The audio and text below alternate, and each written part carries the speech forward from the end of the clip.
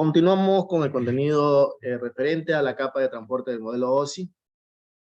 Esta vez con el direccionamiento del puerto, explicando cuál es su funcionamiento, cuáles son sus características, sus propiedades y para qué se usa este tipo de proceso dentro de esta capa, ¿no? Capa de transporte.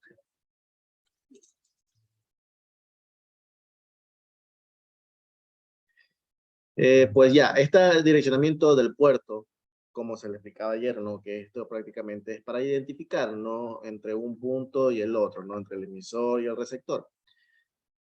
Entre una de las características por la cual se utiliza esto es para la identificación de las conversaciones, obviamente, ¿no? Prácticamente esa es su funcionalidad.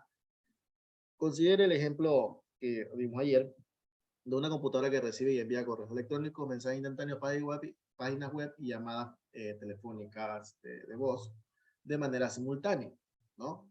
Los servicios basados en los protocolos que mencionábamos ayer, como es el TCP y el UDP, mantienen un seguimiento de las diversas aplicaciones que se comunican entre ellas.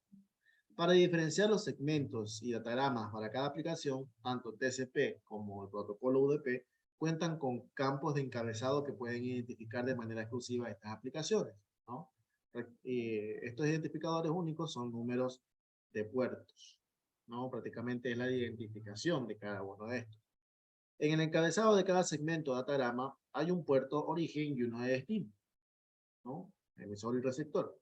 El número de puerto de origen es el número para esta comunicación asociada con la aplicación que origina la comunicación en el host local. El número de puerto de destino es el número para esta comunicación asociado con la aplicación del destino que origina la comunicación en el host local, ¿no? Es lo que determina cada aplicación para que puedan comunicarse entre ellas, ¿no? Como por un ejemplo, ¿no? O una comparación, por así decir, algo parecido. La aplicación de WhatsApp, para tú tener una aplicación de WhatsApp, tienes que tener registrado un número telefónico, ¿no? Y como por ejemplo, para el uso de correos electrónicos, tienes que tener una dirección de correo electrónico, ¿no? Para la cual estos aquí pues, se manejan eh, de este proceso similar con el uso de los puertos para que sean identificados tanto en el emisor como receptor o viceversa.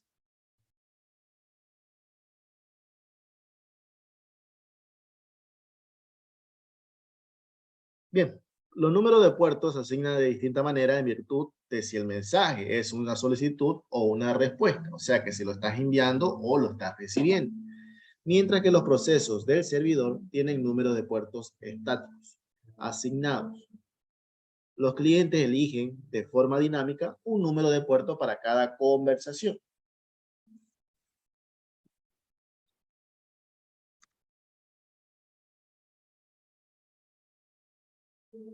Cuando una aplicación de cliente envía una solicitud a una aplicación de servicio, el puerto de destino contenido en el encabezado es el número del puerto asignado al dominio de servicio que se ejecuta en el host remoto.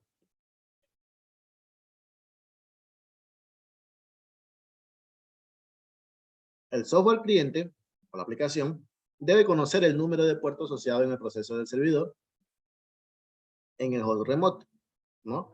Este número de puerto de destino se puede configurar ya sea de forma predeterminada o manual. Por ejemplo, cuando una aplicación del explorador web realiza una solicitud a un servidor web para cargar una página, puede ser, el explorador utiliza el TCP y el número de puerto 80, a menos que se especifique otro valor, ¿no? El número de puerto 80 es uno ya predeterminado, en cambio que ustedes pues ya desee configurar. Esto sucede porque el puerto TCP80 es el puerto predeterminado asignado a aplicaciones de servidor web, como mencionamos. Muchas aplicaciones comunes tienen asignados puertos predeterminados, ¿no? Como en este caso, para comunicarnos con los exploradores web, pues se utiliza el 80. Hay aplicaciones porque ya tienen determinado su puerto de salida y puerto de entrada para poder identificar qué es a ellos que prácticamente se les está identificando, ¿no? Es como cuando tú mencionas a una persona, te quieres comunicar con una persona y primero mencionas su nombre, ¿no? Entonces ya esa persona sabe que es a ella que le estás comunicando. Acá es lo mismo, ¿no? como ya te quieres comunicar con una aplicación, tú le dices, bueno, ¿sabes qué? Software, yo soy el puerto 80, y entonces ya el puerto 80 sabe que tiene que destinar a los servicios de exploradores web.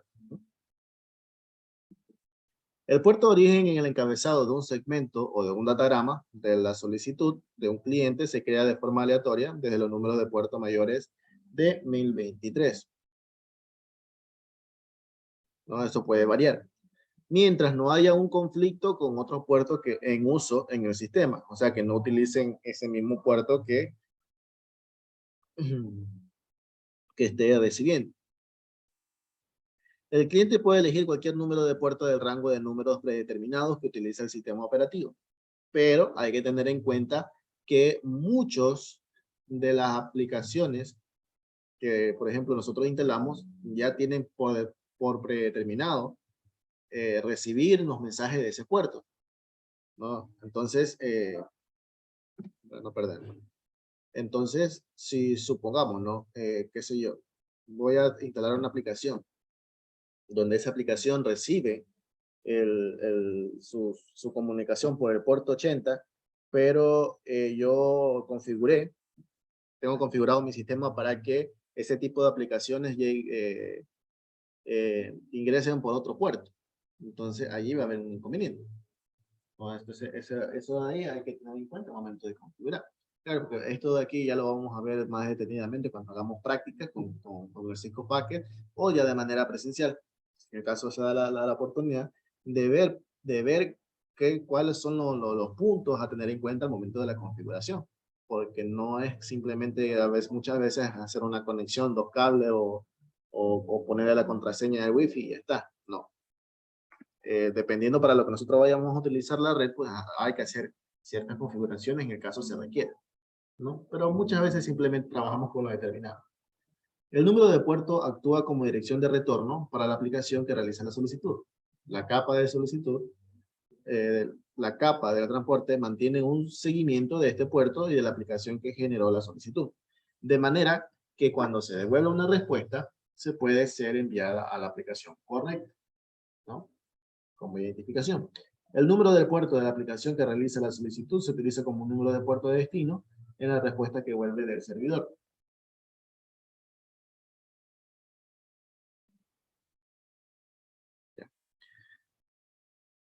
La combinación del número de puerto de la capa de transporte y la dirección IP de la capa de red asignada al host identifica de manera exclusiva un proceso en particular que se ejecuta en un dispositivo host específico. Es decir, o sea, una configuración más específica para lo que nosotros queramos trabajar. Entonces queremos eh, tener una red exclusiva simplemente para cierta comunicación de cierta aplicación o cierta transferencia de datos, pues se puede realizar. Esta combinación se denomina socket. Eventualmente, los términos número de puerto y socket se utilizan en forma indistinta. En el contexto de esta asignatura, el término socket hace referencia solo a la combinación exclusiva de la dirección IP y el número de puerto. No más, a pesar de que tiene otras múltiples, algunas funcionalidades, ¿no? Que son un poco más específicas, pero que no vamos a profundizar tanto en eso, porque eso ya es ejemplo como para el uso de programadores, eh, el uso de programadores ya de hardware, ¿no? No como un desarrollador de software que puede ser pareciera ser igual, pero es algo diferente en ciertos aspectos. Un par de sockets que consiste en la dirección IP de origen y destino y los números de puertos también es exclusivo e identifica la conversación entre los dos hosts. Obviamente, pues si no, no se brindaría la conexión. Aquí podemos observar, ¿no? En la representación gráfica que los datos de las distintas aplicaciones se dirigen a la aplicación correcta, ya que cada aplicación tiene un número de puerto único, como podemos observar aquí. Por ejemplo, aquí el correo electrónico que tiene asignado un puerto de aplicación con una numeración de 110 para las páginas web o los servicios de navegadores. tiene asignado un puerto 80 y para un chat o para un servicio de mensajería, pues tiene asignado un puerto diferente. Entonces, es por esto que aquí, pues, se sabe que se puede identificar mediante esto. Prácticamente, si yo, para que no se pueda dirigir a ningún otro puerto, ¿no? Sino específicamente al puerto que eh, le toque intervenir. Esperen un momento que voy a contestar unos mensajes.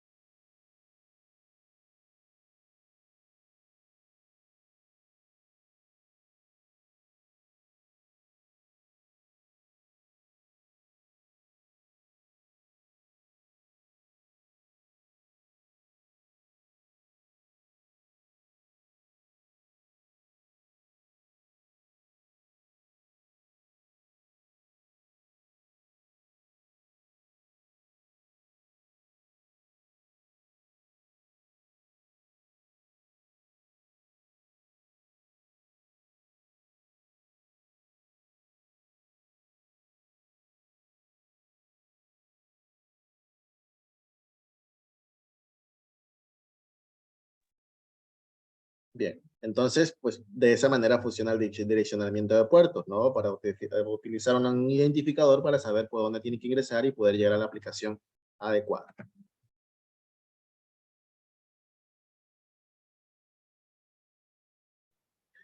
La autoridad de números asignados de Internet, sus siglas IANA, asigna número de puertos.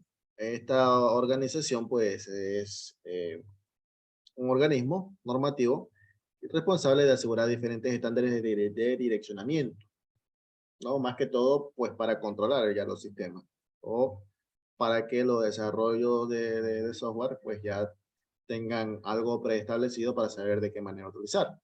Para esto hay diversos tipos de números de puertos, como podemos observar.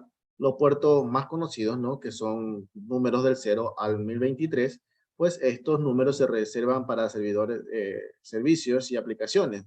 Por lo general se utilizan para aplicaciones como el servicio de páginas web, ¿no? Con el uso de HTTP o HTTPS, también para los servicios de correo electrónico, los POP3, los SMTP, y Telnet, que vendría siendo de voz, creo, me parece. Al definir estos puertos bien conocidos por las aplicaciones de los servicios, las aplicaciones clientes se pueden programar para solicitar una conexión a dicho puerto y su servicio asociado. Es como una guía, ¿no? Ya usted sabe, no, voy a programar algo, voy a desarrollar un software y ese software va a utilizar el puerto, es que sé yo, voy a desarrollar un servicio web, algo, o uno que envíe mensajería de correo. Usted ya sabe que tiene que escoger una numeración de puerto del 0 a 1023,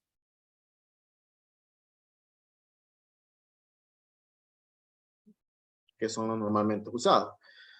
De allí tenemos puertos registrados, que estos puertos tienen una asignación numérica que va desde el número 1024 hasta el número 49.151. Estos números de puertos se asignan a procesos o aplicaciones del usuario.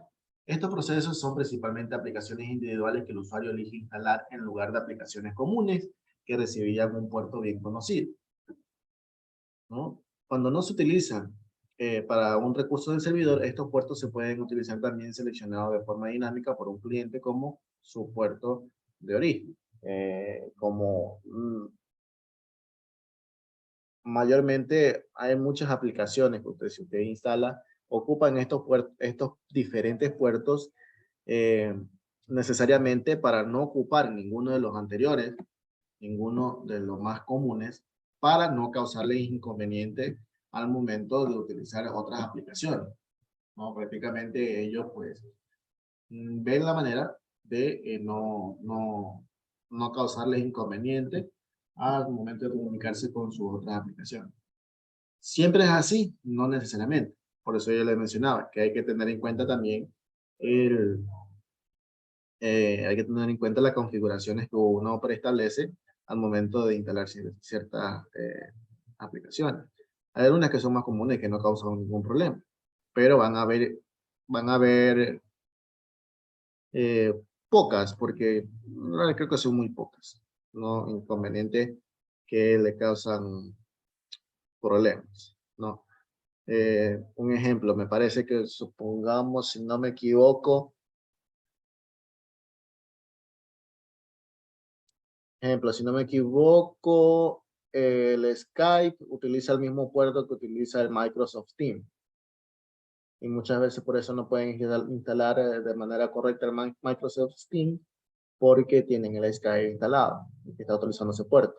Tienen que configurar una aplicación o eliminar alguna para que pueda dejar libre el puerto y la otra aplicación pueda utilizar. Un ejemplo, así de sencillo. Los puertos dinámicos o privados. Estos puertos tienen una asignación numérica desde el número 49.152 hasta el 65.535, también conocido como puertos efímeros. Estos están usualmente asignados de forma dinámica a la aplicación cliente cuando se inicia una conexión. No es muy común que un cliente se conecte a un servicio utilizando un puerto dinámico privado, aunque algunos programas que comparten archivos punto a punto lo hacen, como por ejemplo los programas de empresas que fusionan con redes locales, ¿no? Como ellos manejan su información simplemente y directamente con los dispositivos que están dentro de la organización, pueden utilizar estos puertos dinámicos privados, ¿no? Pero no es tan común como que nosotros tengamos un dispositivo en nuestra casa y estén utilizando este tipo de puertos, ¿no?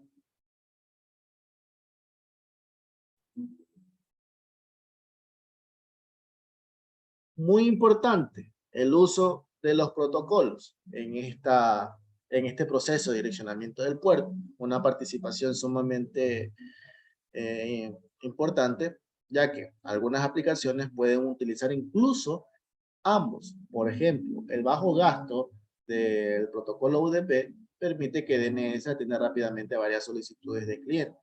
Pero sin embargo, a veces el envío de la información solicitada puede requerir la fiabilidad de TCP, dependiendo pues de qué tan comprometido quieras el proceso, ¿no? Si quieres algo rápido, pues tienes esta opción, y si tienes confiabilidad, pues tienes esta otra opción. O si quieres tener un poco de ambas, inclusive, pues puedes combinar. En este caso, el número de puertos bien conocido de 53 lo utilizan ambos protocolos con este servicio.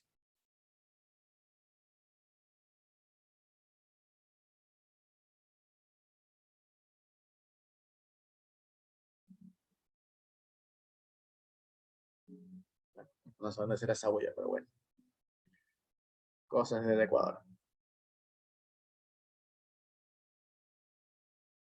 Bien, aquí esto es bien importante que lo tomen en cuenta, incluso que lo tengan en sus apuntes, eh, los rangos que utilizan cada uno de los grupos de puertos, ¿no? Como le veníamos mencionando, de 0 a 1023 son los puertos más conocidos de maneras generales. Del 1024 a 49.151 los puertos registrados, y del 49.152 al 75.535 son los puertos privados y o dinámicos.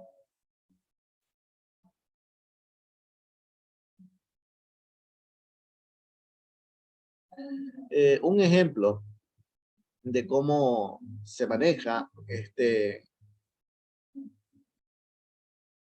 o se maneja o se relaciona este tipo de rango de los números de puertos con el uso de los protocolos, que son los TCP y el UDP. Pueden observarlo en la pantalla, algunos ejemplos. Por ejemplo, de 0 a 1024 utilizan los puertos más conocidos. Tenemos, por ejemplo, el FTP, que usa el puerto 21. El HTTP forma para el puerto 80. El, el HTTPS, el puerto seguro, entre comillas, utiliza el 443.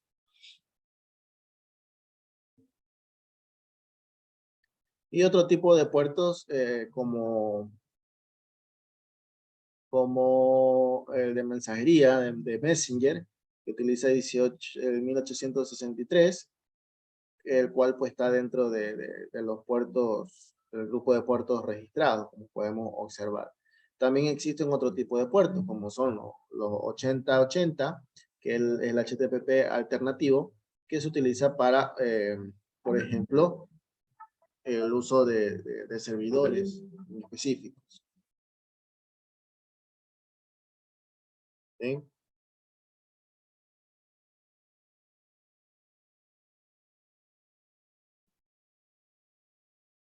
Aquí podemos ver igualmente algunos con el protocolo UDP, como el SIP, los mensajes de voz que utilizan el puerto 5060, el cual están dentro de los puertos registrados, o como por ejemplo el RIP en los puertos bien conocidos con el uso del protocolo UDP. Y aquí pues los que utilizan puertos combinados como el SQL para el uso de base de datos, como le mencionábamos, en el grupo de puertos registrados, o el 53, como es el DNS, que utiliza en los puertos más conocidos. En un momentito voy a contestar un mensajito.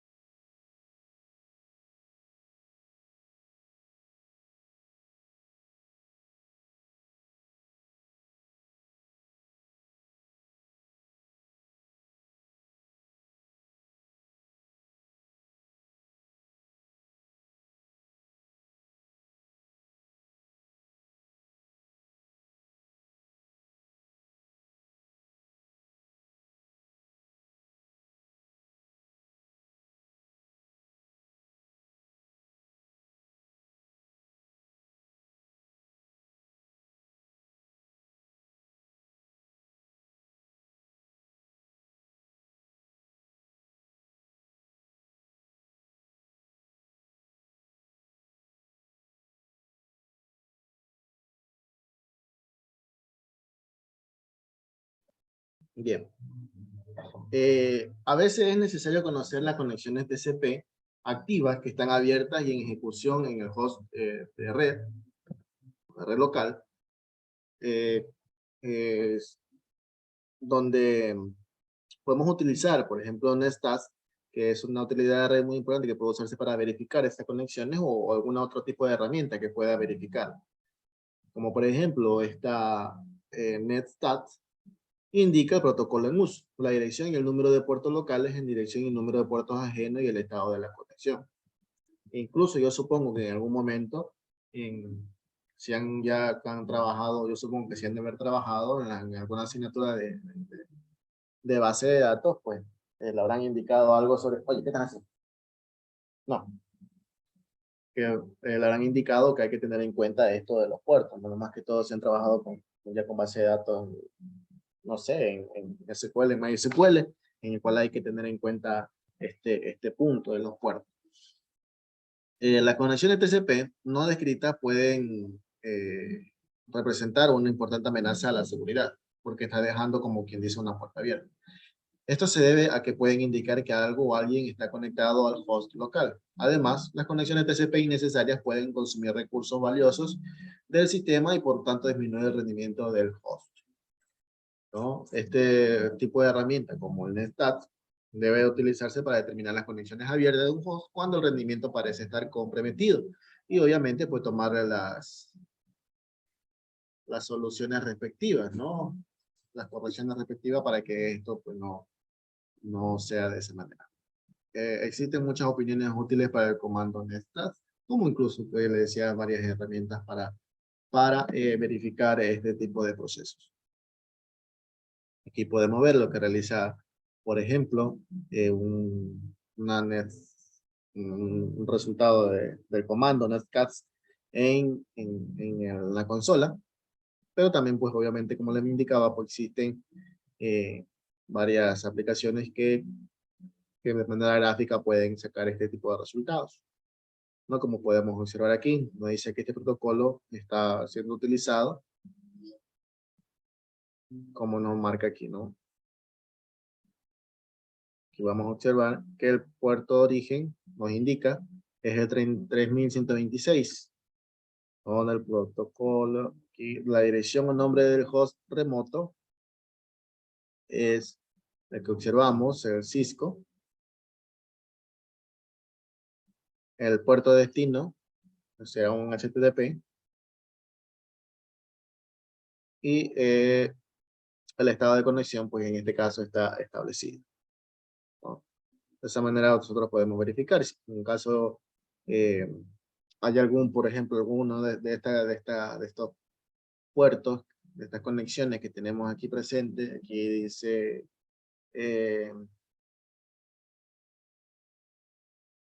me parece que default que sale la palabra es que no está conectado. O si falta alguna formación aquí en la sustracción de los datos, tanto del IP y del host, probablemente pues esa conexión esté simplemente gastando recursos y no se esté utilizando, ¿no? Y ahí sí ya se tiene que tomar pues, ciertas características, ciertas correcciones para que no esté consumiendo esos recursos. Bien, de aquí pasamos a lo que es la segmentación y el resamblaje, ¿no? Divide y vencerás, dice el que creó este proceso, en el cual nosotros explicamos en la clase anterior cómo se construyen, ¿no? La PDU enviando datos de una aplicación a través de los varios protocolos para crear una PDU, que luego se transmite por en el medio, ¿no? En el juego de destino, este proceso se revierte hasta que los datos se pueden transferir a la aplicación. O sea, básicamente, al enviarlo se desarma, se transporta desarmado y al recibirlo se vuelve a armar. Algunas aplicaciones transmiten grandes cantidades de datos, en algunos casos muchos gigabytes, ¿no? Eso ya independientemente de cuál sea el trabajo de cada una de las aplicaciones. Pero resultaría poco práctico enviar todos estos datos en una sola gran sección, ¿no? Imagínate, es como yo les decía, no es lo mismo transportar un mueble armado desde el local donde usted lo compró hacia su casa a transportar un mueble desarmado desde el lugar donde lo compró hacia su casa, ¿no? Es mucho más fácil, por así decirlo, ¿no? En cuestión de transporte, obviamente. No puede transmitirse ningún otro tráfico de red mientras se envían estos datos, ¿no? Una gran sección de datos puede tardar minutos y hasta horas en enviarse. Además, si hubiera algún error, el archivo de datos completo se perdería o tendría que ser reenviado. Los dispositivos de red no cuentan con buffers de memoria lo suficientemente grandes como para almacenar esa cantidad de datos durante la transmisión o recepción. El límite varía dependiendo de la tecnología de la red utilizada o del medio físico especificado a utilizar o de la característica de, perdón, o la característica que se utilice cada una de las aplicaciones. Dividir los datos de la aplicación en partes asegura que estos se transmitan dentro de los límites de los medios y que se puedan multiplexar en el medio. Esto es importantísimo. Saber, ¿no? Que todos estos datos no se transfieren de un solo grupo, sino que de manera dispersa. Bien, se va a terminar la primera sesión. Nos vemos aquí 13:50. ¿Listo?